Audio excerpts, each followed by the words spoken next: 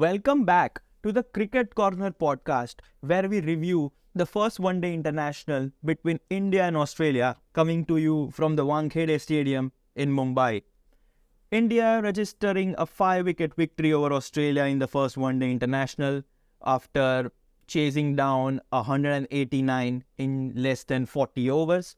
A pretty low-scoring one-day international as far as the Wankhede pitch is concerned, and India did have some troubles early on in their innings, but thanks to Captain Hardik Pandya, KL Rahul, and Ravindra Jadeja, India were able to cross the line with relative ease in the end. Australia put on just 188 in their innings. Mitchell Marsh being their highest run getter, he scored 81 of 65 deliveries. 10 fours and 5 sixes along the way with a strike rate of 124.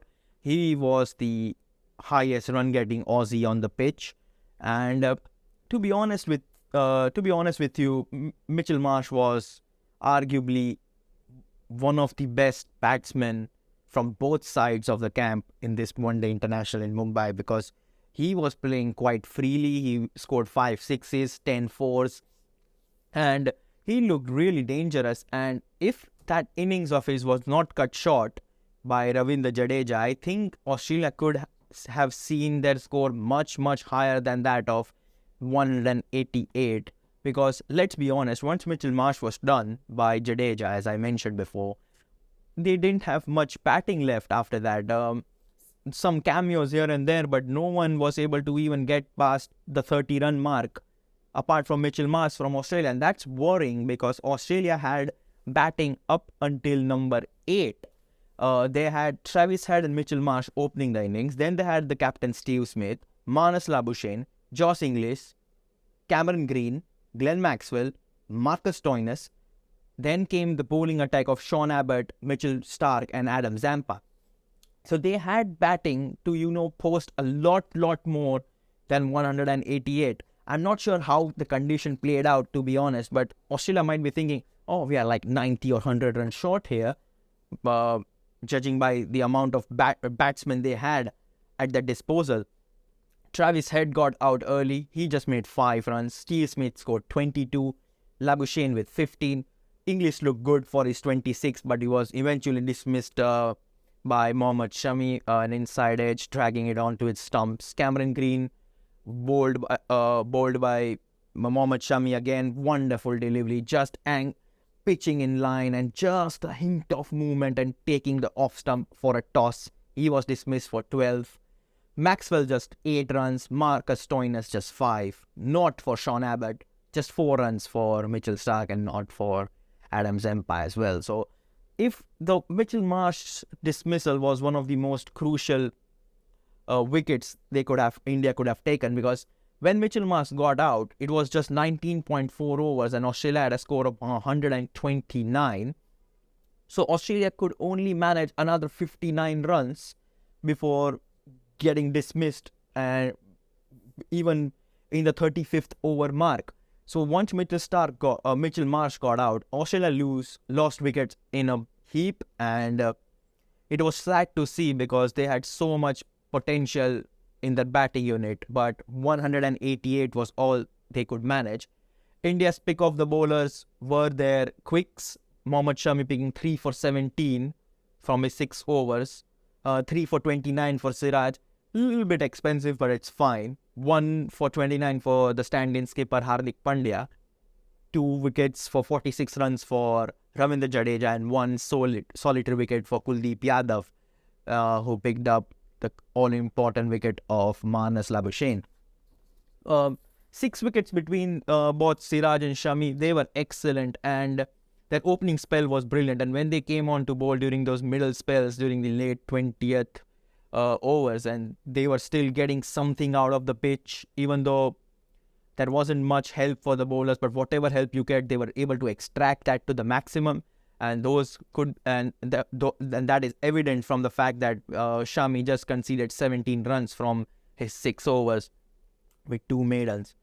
India came out to bat with a target of 189. and they were in trouble. They were in big trouble. Losing Ishan Kishan for just early in the second over, then losing Virat Kohli. When they lost Virat Kohli for 4, India were 16 for 2. Then came out Surya Kumar Yadav came out to bat. He was dismissed for a golden duck by Mitchell Starc, trapped in front, similar to Virat Kohli. India was 16 for 3, and Shubman Gill and KL Rahul tried to steer the innings away from the early setback, but then Shubman Gill was dismissed in the 11th over. The score was 39 for 4, and you felt like, hang on, Australia might have a chance here, because KL Rahul has not been in the best of forms. He was dropped after the first 2 test matches. Hardik Pandya hasn't played cricket for some time, at least for a month, because of the Border Gavaskar series. And then you had Ravindra Jadeja. Yes, he's good with the bat. Shardul Thakur, and then the tail of Kuldeep Yadav, Siraj and Shami. So with the score at 39 for 4, you couldn't blame Australia for thinking that they have some sort of a chance to stage a comeback. But I think any hopes for a comeback were dismissed by Hardik Pandya and KL Rahul. Hardik Pandya was looking excellent for his 25 of 31 deliveries. Both he and KL Rahul adding 44 for the 5th wicket. And but however, that innings was cut short as well, with Hardik Pandya being dismissed by Marcus Stoinis for 25, as I mentioned. So when Hardik Pandya was dismissed, it was 83 for 5, India needing 106 more runs with 5 wickets remaining and even that moment could have been Australia on top, but then the game was completely taken away by KL Rahul and Ravindra Jadeja, both of them adding 108 runs for the 6th wicket, both of them staying not out at the end. KL Rahul ending with a wonderful 75 from 91 deliveries, 7 fours and a 6. Ravindra Jadeja helping him along the way, supporting him throughout until the end. He made 45 with 5 boundaries, 69 delivery, 45 for him. And was brilliant to see KL Rahul anchoring the innings along the way, because we usually assign KL Rahul to being an opening destructor. Comes out to bat in the opening to open the innings, or at number 3. But this time, coming down the order, he played according to the situation. I think if India were batting first and they had a good chance or good start to the innings, I think he would have accelerated along in that situation. But now you come out to bat with the score being 16 for 3.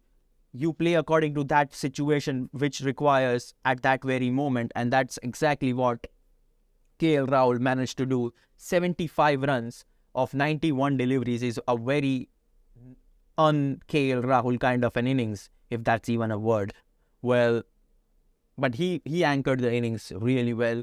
I think there's a place for KL Rahul in India's middle order, particularly in the one-day game, because he has shown from time and time again that he has got 2 gears in him. He can bat freely, he can bat aggressively, but he can bat like what he did today. He can bat steadily, anchor the innings, partner the likes of Hardik Pandya and Jadeja, because there wasn't much batting left if Jadeja had got out. Yes, Shardul Thakur is capable of hitting the long ball, but apart from that, there wasn't much. So I think KL Rahul understood that his wicket is the most priceless one in the current scenario, and he didn't let that pressure of underperforming in his last couple of matches take over his mindset, and he was once again brilliant. I think KL Rahul was the standout player for India in this one-day international win over Australia, but in the end, the man of the match was given to Ravindra Jadeja for scoring those 45 runs of 69 balls and staying there until the end with Rahul, and he also picked up 2 for 46. So he was given the man of the match, but if I was the one handing that award, I would have given it to KL Rahul, just because how crucial his innings were, and particularly at the time of the innings when he came out to bat, India were really struggling with the likes of Mitchell Starc, bowling fast and accurate.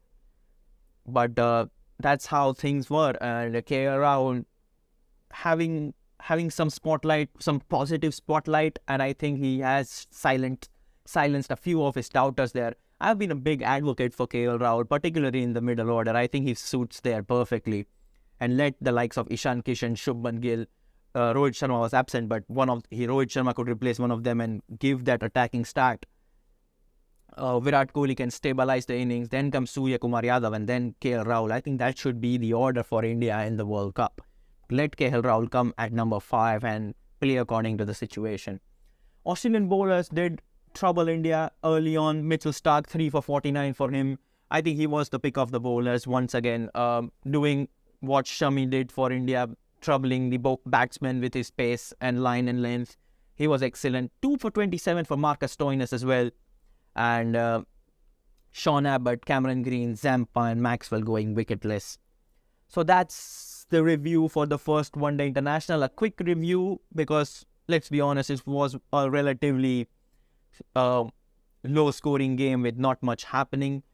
India take a 1-0 lead in this 3-match series. I think the second one-day international is at Visakhapatnam, if I'm not wrong, and I think it's on Sunday. Let me just quickly check that. Sunday, Visakhapatnam on the 19th of March. India will be looking to wrap up the series then. Once again, just to recap things, Australia came out to bat after India won the toss and decided to bowl. Just managed to get 188 on the board thanks to Mitchell Marsh's 81. In reply, India chasing down the total with 10 overs remaining, 191 for 5 thanks to Rahul and Jadeja, who stayed strong on the crease during difficult times. KL Rahul 75 not out and Ravindra Jadeja 45 not out.